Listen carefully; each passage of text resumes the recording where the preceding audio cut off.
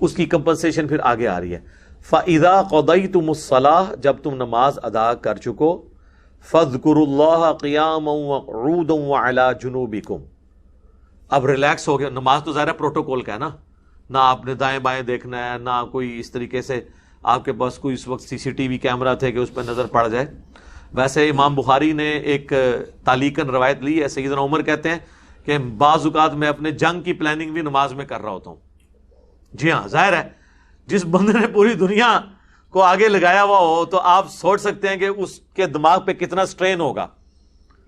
دونوں super powers ڈھیر کیے ہیں تو ہر وقت اس کو مینج بھی تو کرنا ہے. بعض اوقات جنگی پلاننگ کے لیے آپ کو بڑا کچھ کرنا پڑتا ہے.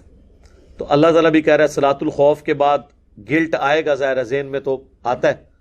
تو جب تم بعد میں ہونا تو اٹھتے بیٹھتے اللہ کو یاد کرتے رہا کرو اور کروٹوں پہ لیٹے, تاکہ تمہاری ذکر کی برکت سے نماز کی کمزوری کی کمپنسیشن ہوتی رہے. فَإِذَا اطْمَأْنَنْتُمْ اور جب تم اطمینان حاصل کر لو دشمنوں کی طرف سے, فَأَقِیمُوا الصَّلَاةَ پھر لمبی لمبی نمازیں پڑھو سکون سے. ٹھیک ہے.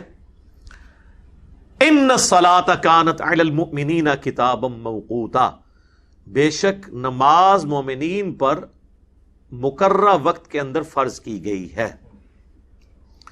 یہ آیت کا ٹکڑا بیسیکلی اس پورے پورشن میں یہ کر رہا ہے کہ کوئی یہ کہہ سکتا ہے کہ خوف کی حالت ہے تو کٹھی کر کے ایک اور نمازاں پڑھ لو 8-10 دن بعد. تو اس کا جواب دیا جا رہا ہے کہ نماز میں زیرو ٹالرنس ہے, یہ اپنے وقت کے اندر پڑھنی ہوگی. چاہے جنگ ہے, نماز کی کوئی معافی نہیں ہے, چاہے حالت امن ہے, اس لیے کہ اللہ نے اسے مقررہ وقت کے اوپر فرض کیا ہے. لہذا حالت جنگ میں بھی کوئی یہ پلی نہیں لے سکتا کہ میں کٹھی کر کے بعد میں نمازیں پڑھ لوں گا. صلاۃ الخوف اس طریقے سے پڑھیں گے, لیکن نماز کا ٹائم نہیں گزرنا چاہیے.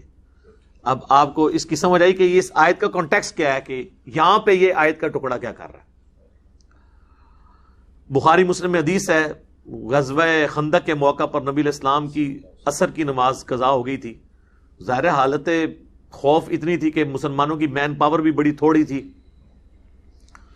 اور اتنے قبائل آ کے مدینے کے باؤنڈری پہ کھڑے ہو گئے, وہ خندق کھودی, اور اس میں ذرا سے غافل ہوتے, نماز پڑھنا شروع کرتے تو وہ تیر چلا دیتے.